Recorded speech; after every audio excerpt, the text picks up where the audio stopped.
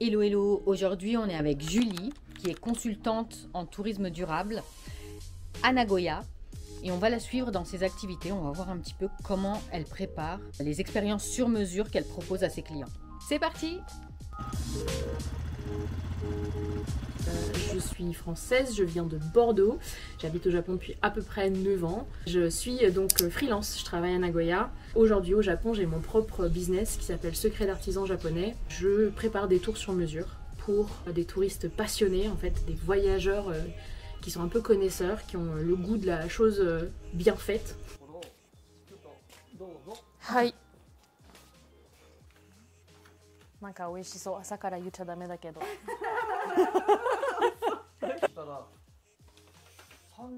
ぐらいはあるな。おお。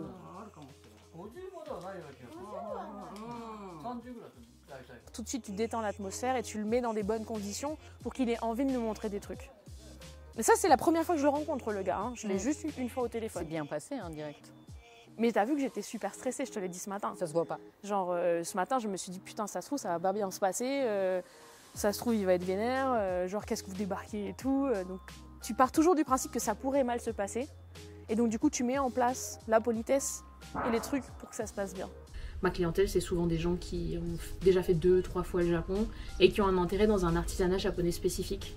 Et avec ce thème-là, je vais ensuite développer tout un tour sur le thème que mon client a choisi sur la journée. Je détermine les clientèles par intérêt spécifique. Qu'est-ce que ça veut dire? Ça veut dire que je vais mettre dans le même groupe tous ceux qui veulent voir des trucs sur le karaté. Je vais mettre dans le même groupe tous ceux qui veulent voir des trucs sur les artisans, tous ceux qui sont intéressés par la pop culture, tous ceux qui sont intéressés par, j'en sais rien moi, les arts du spectacle. Et en faisant ça, je vais atteindre une clientèle qui vient pas forcément toujours du même pays, qui n'a pas forcément toujours le même âge, mais qui sont intéressés par la même chose. お忙しい中で失礼いたします。失礼いたします。わお。それも邪魔したくないんですよ。大丈夫ですか？ありがとうございます。C'est un truc de ouf. Il va apporter la caisse juste derrière toi là.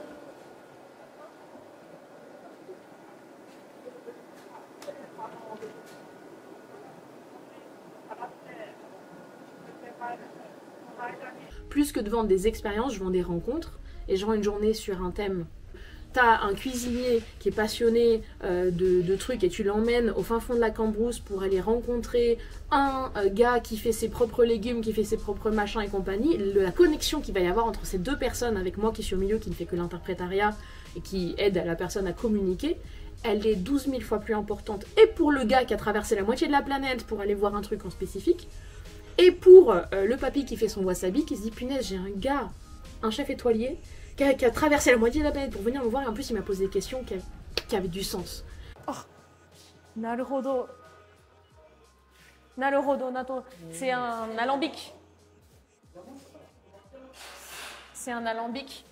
Ça sert à faire de la distillation pour faire des alcools forts, comme du shochu, du whisky, tous les alcools qui doivent être chauffés, ça sert à faire ça. C'est vrai que toutes les brasseries n'en ont pas. Mais du coup, il a ça. これでいつも何を作ってますか？使うときは何を作ってるんですか？やっぱり焼酎？何の焼酎？麦？芋？あ、いろんなもの入れ。気になる。Donc en fait, ils font du shochu et je lui demande si c'est du shochu de pommes de terre ou de blé ou quoi. Et il me dit en fait non, on a des mélanges perso. Je dis ben ça m'intéresse. Parce qu'un shochu qui est du coup original.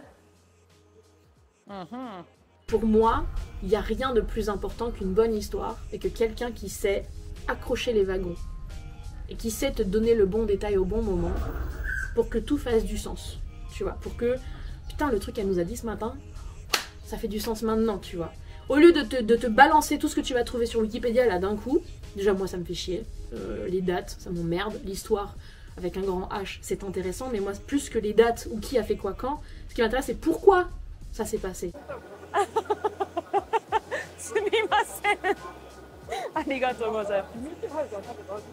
Souvent, moi j'ai passé du temps à développer une relation de confiance avec des artisans et au moment où j'arrive, j'ai souvent des clients qui sont éberluée de me voir chambrer un peu des artisans japonais, genre le maître japonais 15e génération et tout. Et moi je lui fais de blague, alors ta casquette en peau de fesse mon gars, ah ben ça va bien, ça va ton épaule, t'arrives à te coiffer, t'as plus de cheveux, c'est pas grave, tu vois. Et il me regarde genre, mais l'artisan il est mort de rire en face. L'artisan est mort de rire, l'ambiance elle est super amicale et c'est ça que je veux offrir à mes clients. C'est juste, c'est beaucoup de travail en amont en fait, d'aller les voir, de prendre le café, de les appeler, ah mais j'ai vu que ta fille avait accouché, félicitations. Genre alors ton fils est-ce qu'il va mieux? Ah mais attends, t'as pas un nouveau chat toi? J'ai vu ça sur Instagram. Tout ça, ce travail en amont là, c'est un travail où je suis pas payée, mais qui du coup fait en sorte que le tour derrière, il est d'une qualité qui est vachement plus haute que tous les autres tours guidés où tu vas juste avoir un guide qui t'amène d'un point A à un point B et qui fait en fait le garde-chourbe en fait. Hein.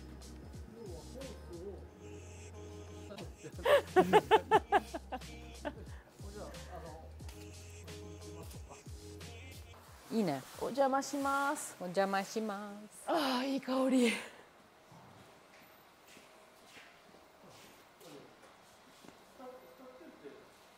Incroyable. Ouais, c'est des sacs de riz.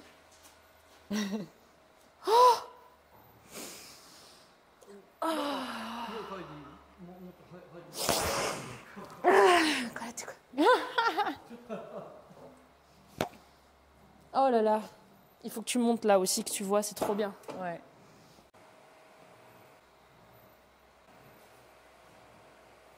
Bon, ちょっと高級酒がちょっとフランスのマーケットに入りまして、で私フランス帰ってきた時にはプリンセス一丁を1本あげたんでしょうかさんが一晩で一人で飲んじゃった。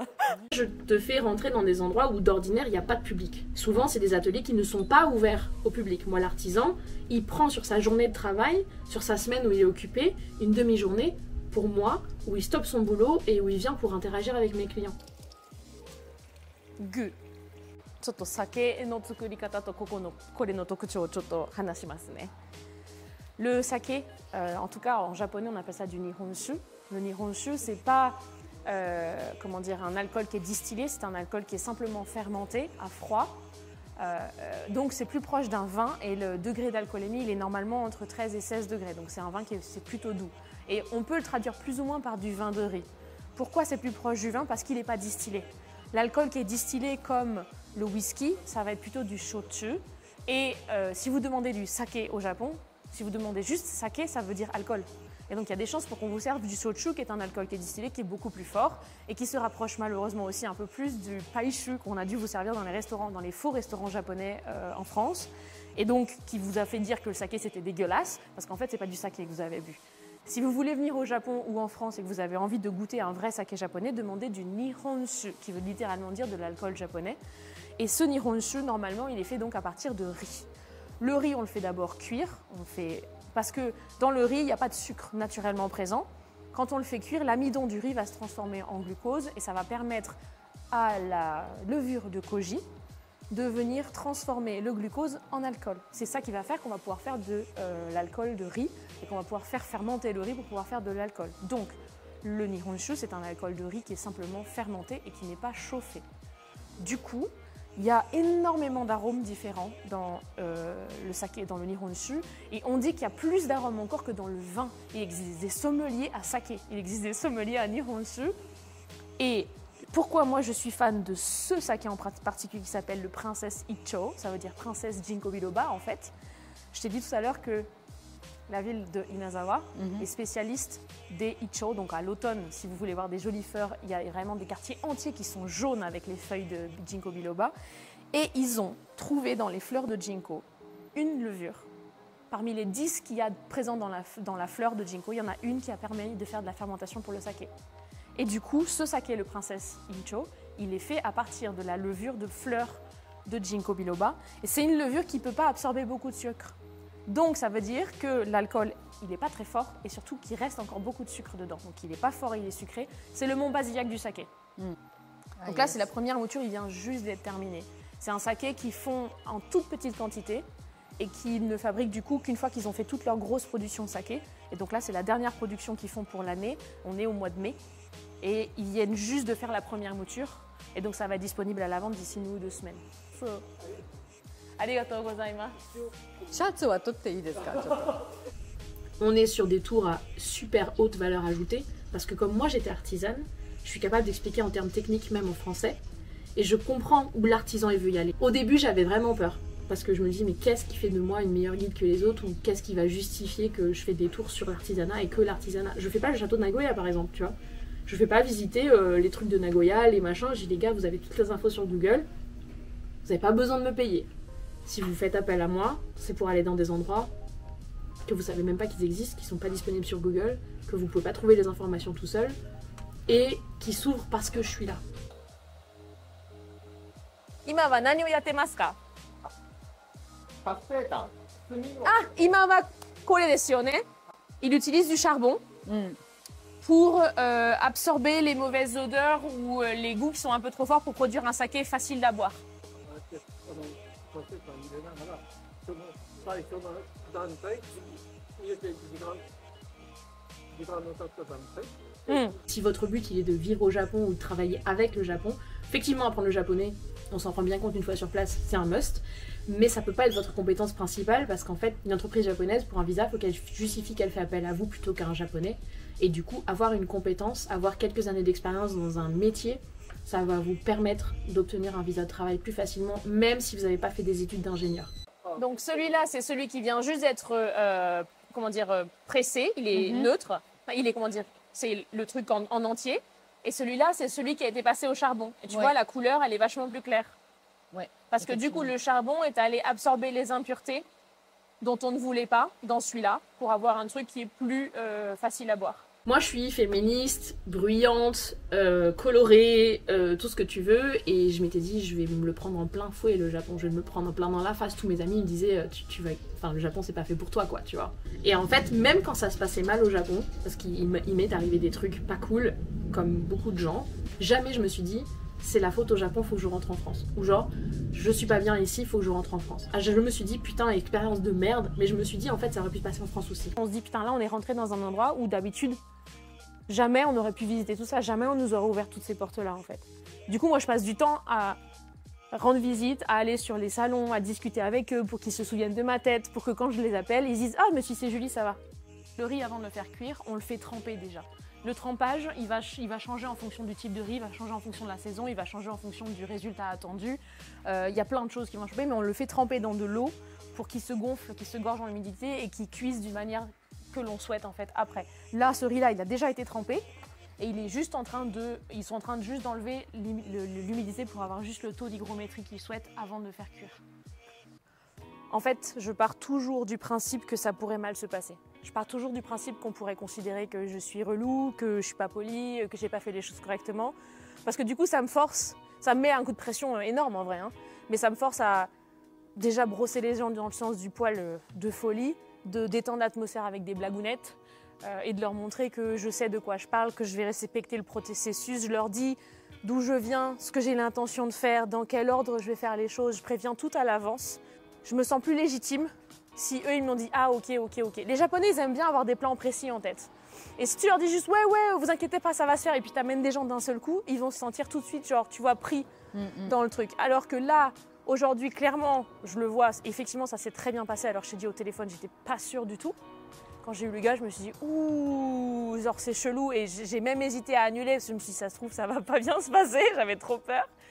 Et en fait, tu vois, il était trop cool. Il nous a amenés dans les usines de production. Il nous a montré, il nous a dit non, les usages d'employés, c'est pas grave et tout. Là, pour le coup, je sais que je viens de développer un partenaire que je vais pouvoir appeler quand je veux maintenant. Et là, je viens de les appeler en me disant ok, là, c'est la bonne occasion. Je sais que c'est la bonne saison parce que je savais qu'ils seraient en train de faire le saké dont je suis fan. Donc moi, je leur montre que je suis fan de leurs produits aussi. Donc ils disent ok, c'est pas juste random. Elle nous a choisis parce qu'elle nous a vraiment choisis aussi. Et c'est vrai, je choisis les gens, pas que parce qu'ils ont des chats. Il n'y en a pas d'ailleurs, c'est scandaleux. Du coup, ils ont eu le temps de se faire à l'idée. Et du coup, lui, il a rediscuté avec ses commerciaux qui lui ont dit ouais, si, il y a une Française qui nous apparaît déjà. Et il s'est dit ok, c'est pas une random qui nous a trouvé sur Internet et qui débarque. Il y a déjà genre de l'histoire derrière. Mais du coup, quand mes clients ils viennent, ils profitent de ces 2 années de travail, de l'appel où j'étais en PLS. Je me suis dit, oh putain, ça se trouve aujourd'hui, ça va merder. Je te l'ai dit hier, si ça se trouve, ça va mal se passer. Mais filme-le parce que je veux montrer aux gens que des fois, ça se passe mal, tu vois. Genre, ça fait partie du jeu. Du coup, on n'aura rien qui se passe mal aujourd'hui.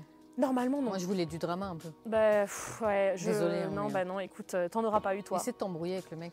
Ouais, je vais te faire une fausse embrouille. Avec Iwata, clairement, on peut se faire une fausse embrouille pour la caméra. Je te jure, je lui dis, vas-y, on se fait une fausse embrouille, parce qu'il est jeune, il est super branché et tout. Ça se trouve, je peux lui faire un visage fâché, tu vois. Ouais. Et là, c'est le drame. Je sais, ça marche.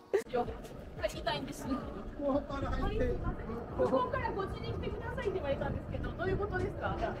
このドア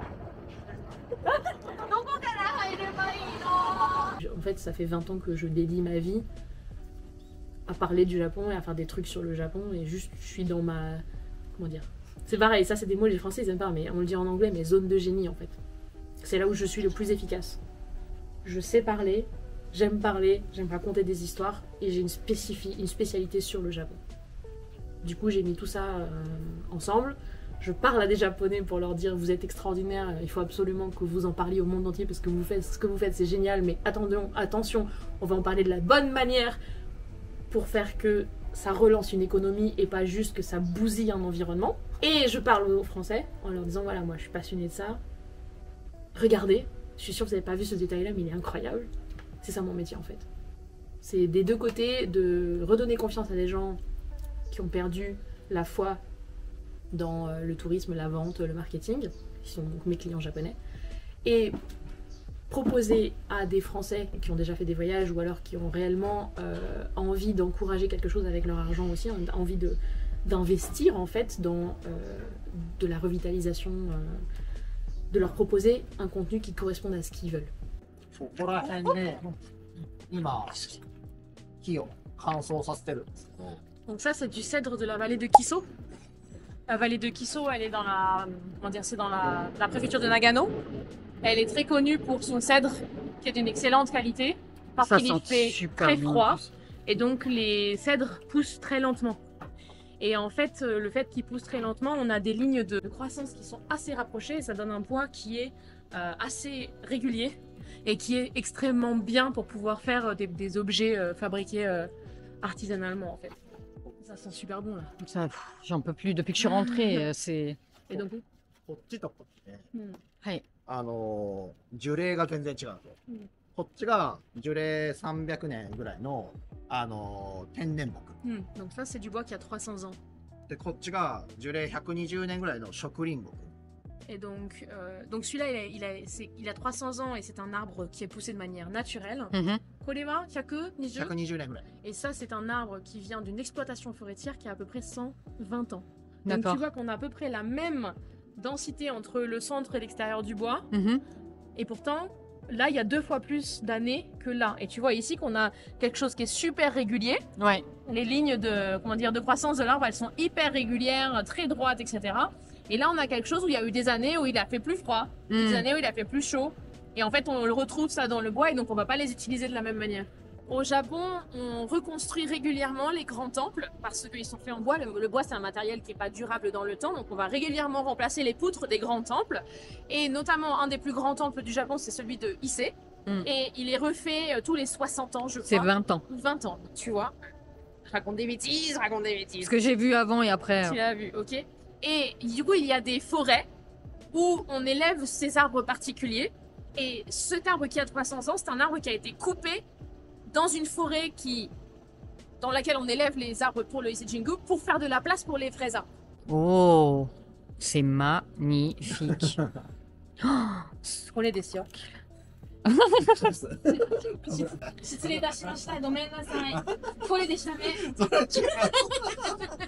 Ce sont des plateaux qui servent à faire les offrandes, donc dans les temples bouddhistes notamment. Voilà. Du coup, ils ont plein de petits designs différents et c'est dans ça qu'ils sont spécialisés ici. J'ai sans cesse des nouveaux trucs. J'adore quand mes clients m'envoient une offre, une demande pour un truc que j'ai pas encore dans mon catalogue. Bien sûr que ça m'arrange quand c'est un truc que j'ai dans mon catalogue, pim pam poum, moi et mon assistante on fait le devis genre vraiment rapide. Mais en réalité quand c'est des demandes à 6 mois, 1 an pour un truc que j'ai pas dans mon catalogue et qui je sais va plaire à d'autres gens, je kiffe. Il me pose une devinette là, il me demande, tu penses que ça va devenir quoi ça après? Je suis en train de réfléchir. C'est les pieds du plateau. Non, ça... Manka no ashi. これは頭これが頭 Atama. その商品で言うと一番上のなんか小さい鳥。Yeah! 正解、正解。 Yeah! Yeah! Yeah! J'ai essayé en fait voilà, de mettre un peu plus d'énergie dans les réseaux sociaux et ça marche bien pour l'instant. Et du coup j'ai de plus en plus de gens qui me disent mais en fait on aimerait bien juste te rencontrer toi. On n'a pas forcément les moyens de se payer un de tes tours et je l'entends. Mais du coup je pense que je vais faire des tours, peut-être que quand vous verrez cette vidéo ils seront déjà en place. Mais je suis en train de mettre en place un système de réservation pour faire des petits tours une fois par mois. Le premier jeudi du mois, le soir on fait une soirée izakaya. Donc je vous amène dans un de mes izakaya préférés. C'est jusqu'à 5 personnes. Potentiellement vous allez pouvoir rencontrer d'autres voyageurs qui ont le dénominateur commun, moi. Mais l'idée voilà, c'est de se faire une petite soirée sympa à Nagoya. Donc tous les premiers jeudis du mois, il y a 5 places disponibles. Et tous les premiers vendredis du mois, le vendredi après-midi, pour ceux que ça intéresse un peu plus, qui ont jamais osé porter le kimono tout seul, ben, je vous fais un petit tour en kimono du quartier de Osu. Donc là, c'était peau d'adulte. Et l'étape suivante, c'est peau de bébé. D'accord. C'est très clair comme ça.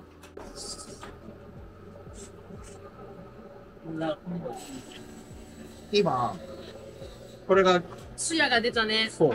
今、もともとこれだったのが、これだけ艶があります。すごい。で、これ今、私の鼻にでもできます？やります。こういう風に、パンナとか出るんで、次もしよかったら、こっちから取ってもらって。あ、確かに。Waouh. Ça sent vraiment bizarre. Ouais. Le tour que j'ai fait avec Rodolphe Mies l'année dernière, où on était allé visiter le champ de matcha, l'usine de matcha et l'usine de, comment dire, la manufacture de miso rouge, et bah ça y est, c'est un tour.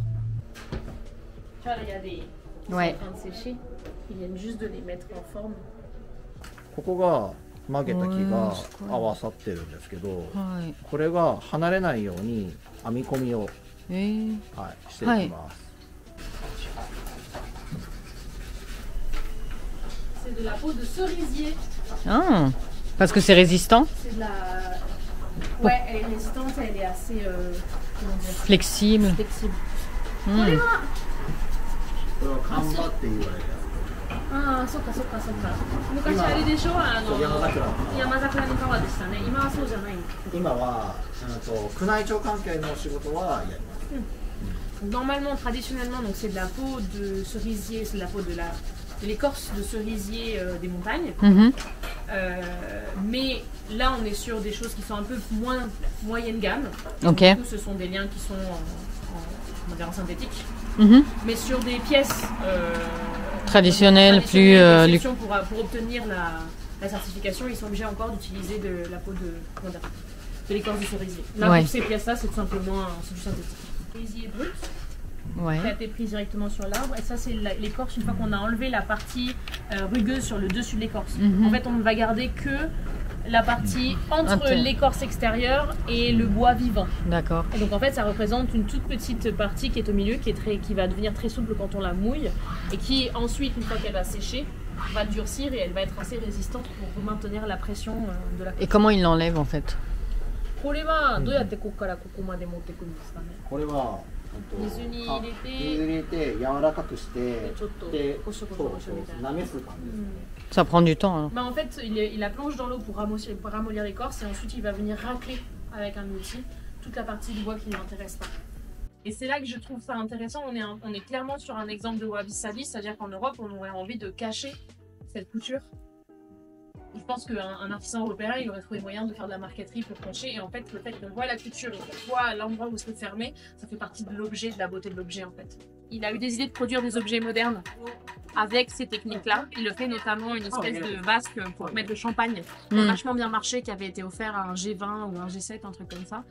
Et il a créé des marques d'objets un peu plus modernes. Et c'est pour ça qu'il va à Maison et Objets et tout, parce qu'il a cette envie d'utiliser des choses qui sont normalement uniquement faites pour un usage spirituel, de le transférer dans le quotidien pour que les gens puissent se l'approprier. Et donc il a toute cette démarche, il a créé une marque qui s'appelle Nusa, qu'on peut trouver sur Instagram d'ailleurs. Et en fait, il vend des objets, etc. Donc en fait, il y a de la demande parce qu'il a créé sa demande. Et c'est le seul artisan que j'ai qui a des jeunes apprentis qui ne sont pas ses enfants. tu vois, en fait, c'est un seul et même morceau de bois. À l'extérieur, il n'y a pas d'encoche. À l'intérieur, on a fait des encoches en forme de triangle. Yes. Et ça va nous permettre, en gardant juste la surface extérieure du bois, de venir plier le bois à l'angle qu'on souhaite. À quoi ça sert ça? Mais c'est pareil, c'est pour faire des tout petits objets. En fait, tu vois, ils ont différentes tailles. Ouais, mais ça c'est pour toujours pour le temple, les temples Ouais. pour déposer les Ouais. petites Mais offrandes du par coup, exemple, non? il en a fait vachement pour poser des objets du quotidien, pour poser de la bouffe, pour poser plein de trucs. Finalement, il est sorti de cette idée de il faut que ça soit absolument spirituel. Il fait plein de trucs pour le spirituel, puisqu'il fait partie de la guilde des artisans de tradition bouddhiste de Aichi, dont j'ai plusieurs artisans à mon catalogue. Mais du coup, il a fait plein de tailles différentes, parce que les gens aussi, ils ont des trucs à la maison, ils ont un hôtel bouddhiste. Ouais. Ils utilisent ça aussi en fait. Il y a des particuliers qui achètent ça aussi pour leur hôtel bouddhiste à la maison. C'est pas que pour des temples en fait. Sachez qu'il y a un métier qui se développe de plus en plus, qui est le métier de travel planner. Il faut voir qu'en France, les agences de voyage ont eu mauvaise presse parce qu'elles vendaient des packages pas géniaux pendant des années, mais il y a de plus en plus d'agences de voyage qui sont vraiment dédiées.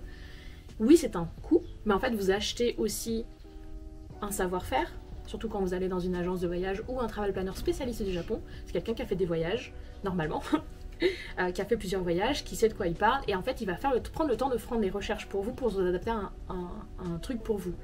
Et oui, ça se paye en argent, mais en fait, c'est 10, 15, 20 heures de recherche Google que vous n'aurez pas à faire. Faire appel à des gens, du coup, qui sont spécialistes, et ben ça vous permet justement de sortir des sentiers battus. Et...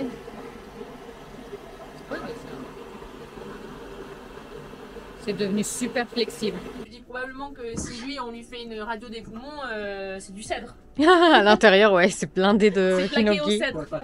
Le résultat, le mini tori. 願い事を書いてお参りしてあと燃やす、Ah, ok, on peut les utiliser pour écrire un vœu et aller les faire brûler au temple. Les coasters. Ça, c'est pour les verres, Ouais. c'est pour mettre en dessous. Là, pour le coup, c'est vraiment juste des objets de la vie quotidienne. Ouais. Mais c'est mignon. Est-ce que tu crois que si je le mets dans ma poche, ils vont s'en apercevoir? Non, je pense pas, mais on peut lui en demander qu'il t'en donne un.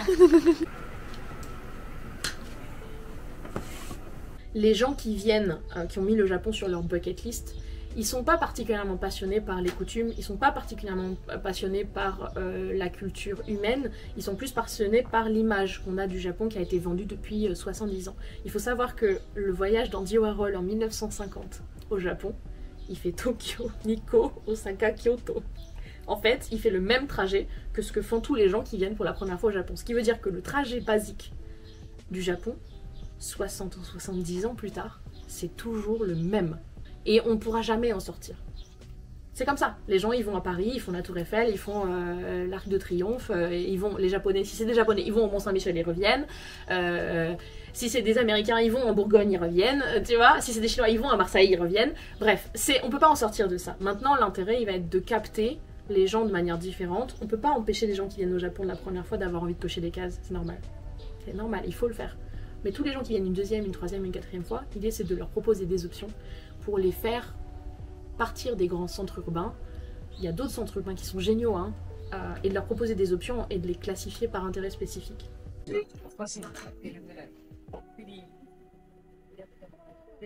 一つ一つで分けるって感じですよね。そうです。ここは乗りついてないから。乗り継いでますよ。 Les Japonais, ils sont frileux face au changement. Ils ont besoin d'avoir des exemples de choses qui ont marché avant d'essayer quelque chose. Là où les francophones, les Européens, ils vont tester, si ça marche pas, ils vont se poser des questions et ils vont recommencer. Les Japonais, ils ont vraiment besoin d'avoir des exemples concrets de choses qui ont marché, et c'est la raison pour laquelle ils s'adaptent, ils mettent du temps à s'adapter. Ils mettent du temps à réagir à un problème de tourisme de masse, ils mettent du temps à réagir à une pollution visuelle, ils mettent du temps à réagir à une pollution sonore, et ils vont réagir souvent avec des trucs drastiques, genre mettre un mur. Au lieu de se dire, ok, on achète la parcelle derrière, on fait un tembodai, on fait une plateforme avec, tu sais, un truc où on organise la rue, on achète la maison, la machin, et on organise tout ça pour gérer les flux de touristes, pour qu'on puisse continuer à le faire de manière logique, parce que le Konbini, je pense qu'il faisait un énorme chiffre d'affaires aussi. Il devait y avoir des commerces locaux qui devaient faire de chiffre d'affaires aussi, et eux, ils vont être pénalisés par le fait que d'un seul coup, tous ces gens-là, ils vont aller ailleurs. Je pense que la régulation est importante. Je pense que penser aux touristes, c'est important. Penser aux gens qui vivent sur place, c'est encore plus important. Mais il y a toujours des moyens de faire des vases communicants, il y a toujours des moyens de dire, écoutez, nous on cherche quelqu'un qui va ouvrir un stand de patates douces et on cherche quelqu'un qui veut ouvrir des toilettes payantes parce que là il y a la demande et qu'on va pouvoir l'utiliser et tout le monde va être content. En fait mon but à moi c'est de créer une situation, un cercle vertueux où tout le monde est content, genre, hey, si c'est ça, je vais pouvoir m'installer ici avec ma femme et mes enfants plutôt que d'aller bosser à Tokyo. Et je vais pouvoir vivre dans la ville de ma grand-mère, ou je vais pouvoir vivre dans la maison familiale parce qu'il y a du travail pour moi dans cette ville, plutôt que d'aller à Tokyo parce que sinon j'ai pas de boulot quoi. Ou je vais pouvoir prendre un apprenti parce qu'il y a de la demande pour mon artisanat, alors que je pensais qu'il n'y en avait plus. Et là j'ai de quoi vivre et former un apprenti qui va prendre derrière moi et qui va pouvoir du coup continuer la tradition. Mon but il est surtout là en fait. Le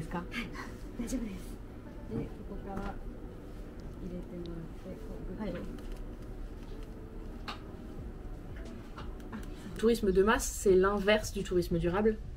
Et le tourisme durable, c'est créer un cercle vertueux pour que les populations profitent autant du tourisme que les gens qui viennent visiter et qui ont envie de faire une différence. C'est ça mon métier en fait. Les gens ne se rendent pas compte de tout ce qu'il y a derrière quand on crée un tour, combien il y a d'allers-retours, combien il y a de gens impliqués, où va l'argent. Tout ça c'est très difficile et même moi je suis pas complètement transparente sur ce que je donne à l'artisan. Sachez qu'ils sont très très bien payés. Je peux comprendre que pour les gens c'est difficile de se retrouver dans cette jungle là, il y a beaucoup d'offres. Le produit fini, c'est ce plateau là. Ouais, donc ça c'est mon travail en fait. Ouais, c'est magnifique hein, ce que j'ai fait, t'as vu? Et si c'était pas toi, je pense que ce serait pas aussi parfait. T'as vu? Là on est sur un objet d'exception. On est d'accord. Ouais. C'est de l'excellence à l'état pur.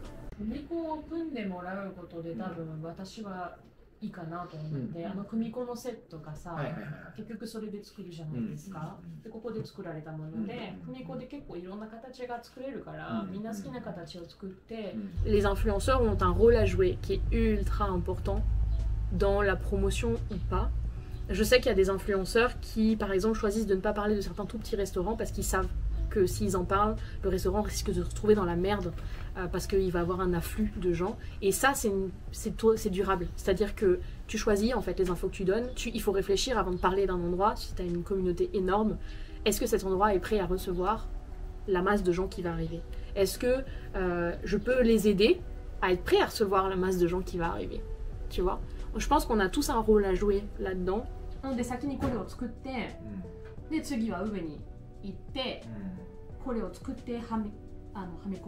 Réfléchir avec eux à qu'est-ce qu'on peut faire sur place pour que mon client il puisse aussi mettre les mains à la pâte et comprendre que le gars qui te fait ton truc seamless là, genre ça a l'air trop simple, toi t'es là et au tout début mon client il dit mais c'est vachement cher ce qu'il vend et à la fin du tour mon client il dit en fait j'ai envie de me faire plaisir, je vais acheter un tout petit truc mais j'ai envie de me faire plaisir parce que j'ai compris tout ce qu'il y a derrière et à quel point c'est incroyable ce que cette personne fait et je veux absolument ramener un truc avec moi. Quand mon client il achète encore un truc en plus dans la boutique de l'artisan, c'est là que je me dis moi j'ai tout gagné. Parce qu'en plus l'artisan lui est trop content, ça lui fait un bonus en plus. Et c'est là que je me dis que j'ai réussi à expliquer les choses. J'ai converti en fait, je l'ai rendu fan. Tu vois, si mon client à la fin il repart et il est pas fan de l'artisan, c'est que j'ai raté un truc dans mon explication. C'est que mon histoire elle était pas bien ficelée, tu vois. Merci beaucoup Julie de nous avoir accueillis, c'était génial. Expérience inoubliable. Bah écoute, moi super intéressant. J'ai des nouveaux trucs qui sont prévus au catalogue, c'était chouette, donc avec plaisir. Ouais, du coup tu vas retravailler, vous avez bien discuté. Ouais, de toute façon ça faisait longtemps qu'on voulait bosser ensemble, on cherchait juste l'occasion, donc merci à toi Chris d'avoir suivi tout ça. Ouais, c'est ça. Si vous avez aimé le contenu, n'hésitez pas à suivre pour plus d'aventures. Matane. Bye, matane.